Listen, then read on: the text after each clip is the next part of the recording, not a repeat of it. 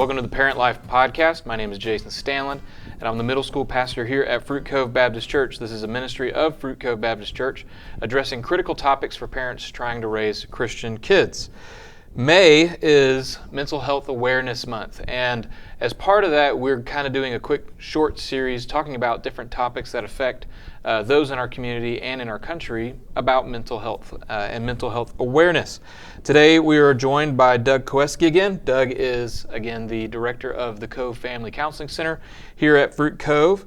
And so let's just kind of go ahead and set it up this way. In the last year, we have seen a major increase in mental health issues to the extent that a recent poll that was done in January 2021 says 41% of adults in America have reported symptoms of anxiety and depressive disorders, partly due to the pandemic. This is an increase from only 10% from January of 2019. So in 2 short years, we've seen these numbers quadruple in our country. So Doug, what do you think are some of the major contributing factors? Obviously the pandemic, but specifically, how has that affected families and people in our country and even our community? I think a lot of the contributing factors, when we talk about the negative ones that really relate to that, is just how dynamically the family is affected, in the sense if in an environment where there's not, positive words being spoken to the children. Even adults, if it's just an unhealthy environment, then it's going to lead to more mental illness. It's just really going to compound it. So this, over the past, especially the year, when all you see is just bad news on the TV and fear mongering and just dark stuff, I mean, you're going to get the Eeyore mentality. It's like, why bother? And so that leads to that. Just more anxiety. People are really worried about more, especially, when you look at the pandemic, it's not just about whether you get COVID or not, but what were the other social and economic effects of it. People couldn't go to work anymore. And so it created how am I going to provide for my family? And ideally, as parents, you want to try and maintain a level of normalcy, but when parents are stressed or in crisis because of losing their job, they're going to lose their house, their car, whatever. Or in quarantine. Or they're in quarantine. Yeah. The kids are sponges and they see all that. So with parents and in a family unit, it's trying to come together and really build resiliency out of that and how to really respond to it, say effectively and appropriately. Yeah. But instead, like what you say is, if the parents are feeling that stress, then that, of course, transcribes to the children, who then they begin to act out and respond to that stress. The parent then escalates off of that stress, and of course, from there we start having some of these mental wellness issues. Something else from that study that I thought was really interesting, and I'd like for you to comment to, proportionate with the increase in the mental health problems has also been a substance abuse issues. And I'm not surprised by that, because as you see more and more anxiety, depression, or mental health issues, then what you're going to see out of that are people looking for coping mechanisms. And so substance abuse is the number one. With anxiety and depression, in cases where you could go to your primary care physician, parents for their children themselves, if they're not already on it, they could go and get any type of anti-anxiety, anti-depression medicine. The idea is that's under a doctor's care and stuff. And sometimes it takes a while to really go through what medicine works best, especially for kids. If they're in their teen years, you're looking at hormonal imbalances, and that will kind of sometimes make it hard to find out what dosage and what type of medication works best.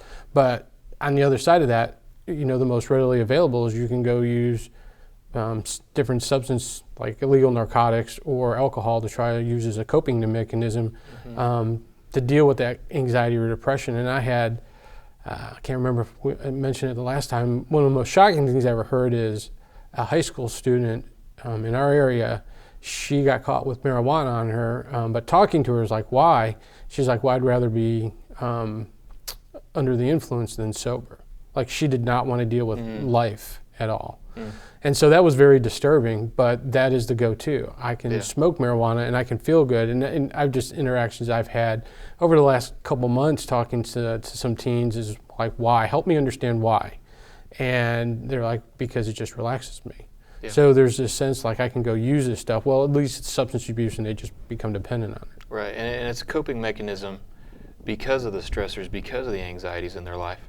And so essentially they're just self-medicating to not have to deal with those. So if that's the negative, and it seems like we're definitely trending in that direction towards the negative as a culture, what are some of the positive contributing factors to mental wellness, mental health, so that you don't have to cope in unhealthy methods, if that makes sense? There are really a lot of different factors, but some of the primary ones is looking at, eating well.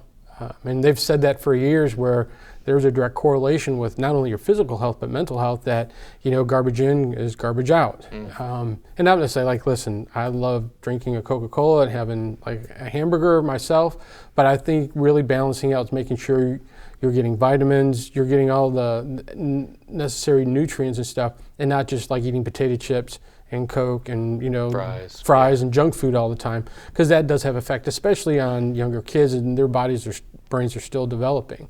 So there's an essence of making sure they're eating well, rest. The other thing is that it tends to, kids want to stay up late until the night, and their sleep cycle is off, and so sleep has a lot of correlation to physical health, mental health, and stuff too. I mean, so those are some of the core components. Having a good relationship with your kids and being able to talk to them and not minimize what they tell you, because they may come in and say, I had a really tough day at school. Well, it really shuts them down when you say, well, you don't know what school is like. When I went to school, I had to do this, this, and this. Yeah. It just really dismissed anything that they were trying to tell you. So that open communication and really listening to what they're telling you helps them build a better connection with parents by just simply listening sometimes. Yeah, and I mean, just on that one real quick, like I run into parents all the time, where it's like, okay, they're dealing with some adversity because of a grade or something like that, and for an adult's perspective, of course, we're like, well, that's not even that hard at all. Like, you just wait until you get a job. Right. That becomes our default response. Right, but that's not necessarily healthy for that child, because to that child, that was a very difficult challenge. And so meeting them where they're at and just listening, like you said, that's a big deal. And I think there's different parenting styles out there. And we talked about last time the helicopter and the lawnmower parents. And we do our children a disservice if we're really in that parenting type, either one of those parenting styles, because we're not teaching the kids to learn how to deal with struggle or failure or anything like that, so they can't build resiliency. So when it comes time to the stress, they don't have the proper coping mechanisms because they've never had to learn what it's like to overcome a struggle or anything like that. Even some of the influences, the external influences, you can't watch TV nowadays or listen to music if there's no cussing, sex, or violence in it. Yeah. And all those things, especially on younger children, are tremendously impactful on their development to the point where they become sensitized to violence. And we look at, just in our current society with the sexual stuff going on with rape, abuse, women being mistreated, well, we're also condoning what the media is putting out and not taking a stand against it.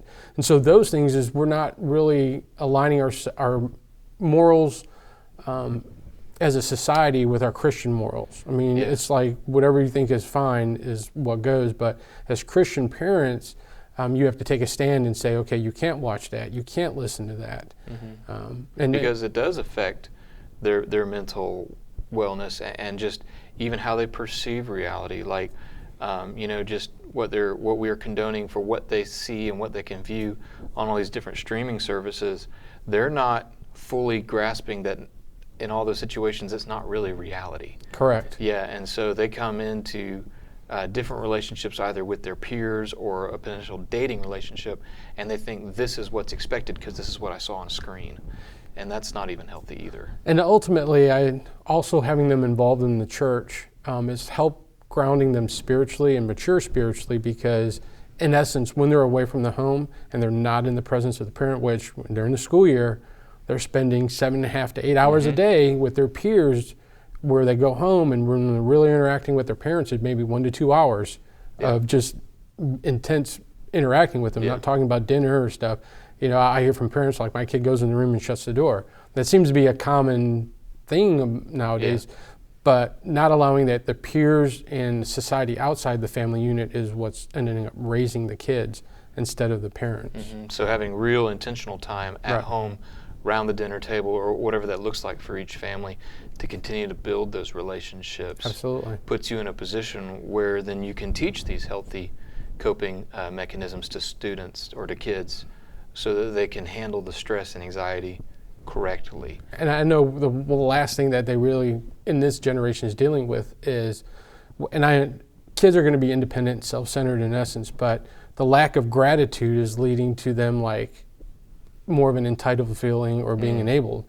And I see, again, going back to the parenting style as a lawnmower parent or helicopter parent, or just kind of like permissive parent, allowing your kids to do things just so that you can avoid conflict, and not setting boundaries is more detrimental. So it's going to be harder to correct that later on if parents aren't doing it early. If you let your child do whatever they want up until the point of being 15 or 16, it's not going to be easy to fix. Yeah, and I see that on both sides, where you've got the parent who, let the lawnmower, the helicopter, they've put every system, they've put all the guardrails up so that the child only gets to do one thing, but then they're never teaching their child how to make decisions for themselves.